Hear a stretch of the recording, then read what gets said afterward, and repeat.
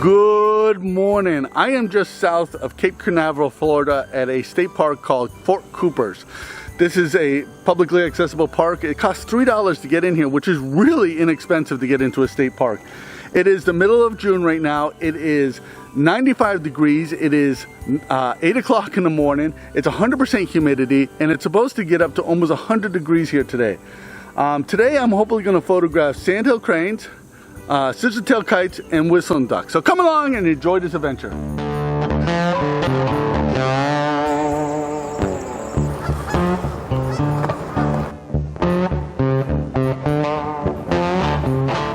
Florida is an incredible area to come birding. I've been down here 3 times birding, and those 3 times I came here in January, February, and March. And if you're gonna come to Florida and come birding, that's the time you wanna come. You can easily in a day see 100 species of birds.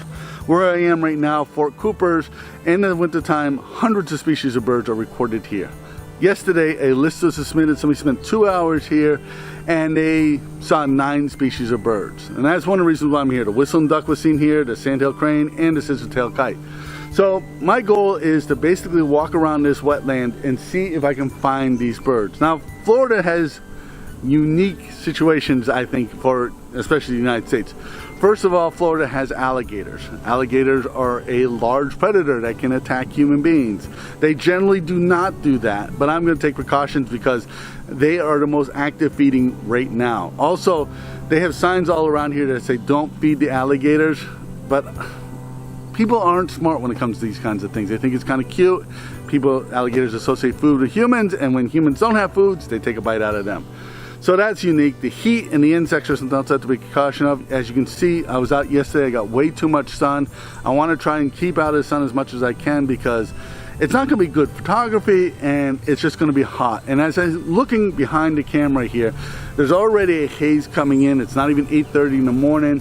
So I don't know how much photography I am going to get done this morning, but I want to get the whistling duck, the scissor-tailed kite, and the sandhill cranes before I give up here. Well, if you're like me, what you do is you open up your backpack, you take your gear out, you go take your picture, and then what you do is you just come back, you close up your bag, and you go to your next place. Well, here in Florida, you need to be a little bit more cautious. The last thing you want to do is pack up a copperhead or a scorpion.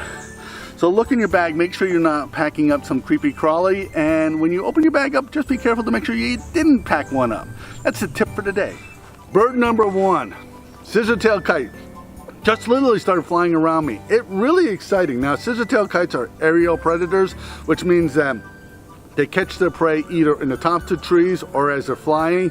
They eat their prey on the fly, so they will basically fly all day long. Now, these birds eat predominantly large insects, lizards, snakes, small mammals, birds, anything that they can catch, grab, and eat while they're flying. So these animals are fairly small, so they eat even smaller animals, which is exciting. Now, to photograph this bird, it was really tricky because I have a light background behind me. I have a blue sky with a few puffy clouds. I'm shooting a white bird with a little bit of black on it. So I did want to advance my light meter a little bit, but I only advanced it 1/4 of a stop. I did shoot with all servo, so the camera would track the bird when it was in focus, and I shot with all the focus points so that the camera would use its own technology to track it. And because I'm shooting a bird in the sky, it was very easy for the camera to determine what I wanted the camera to focus on. So if the pictures are any good at all, which I hope, here they are.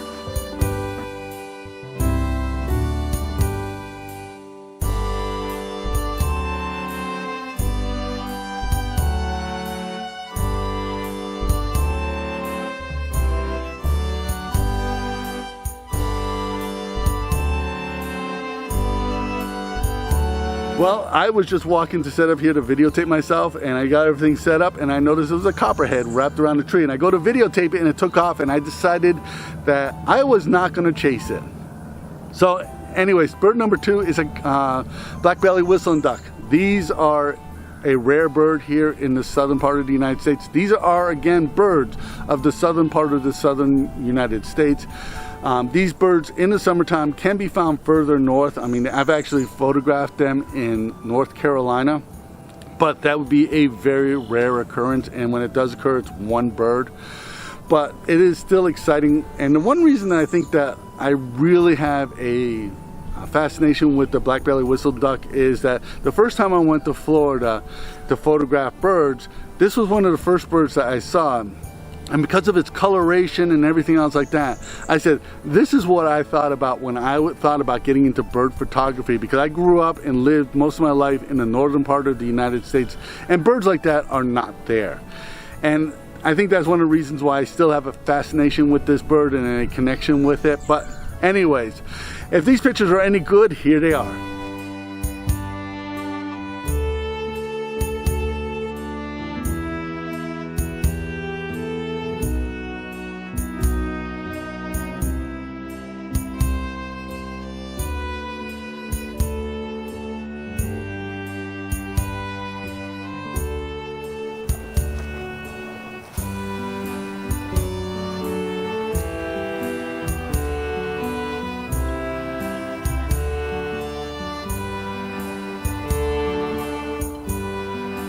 Well, I'm hoping you can see it, but right here is a giant flock of scissor-tailed flycatchers.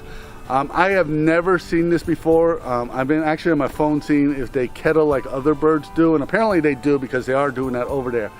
I'm just excited because most of the time I've seen a scissor-tailed flycatcher, it's one or two together, but being able to see, I would say there's about 25 of them over there, that's kind of exciting.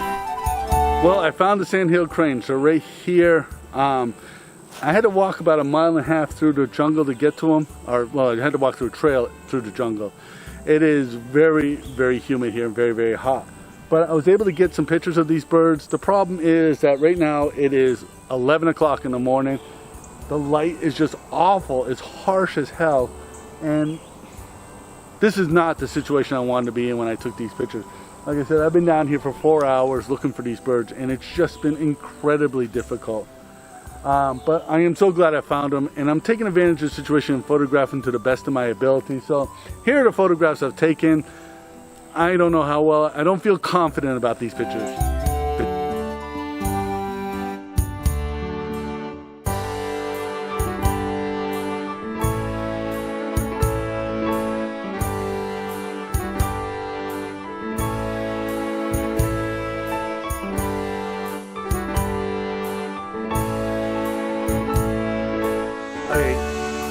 I know I sound really off in this video here.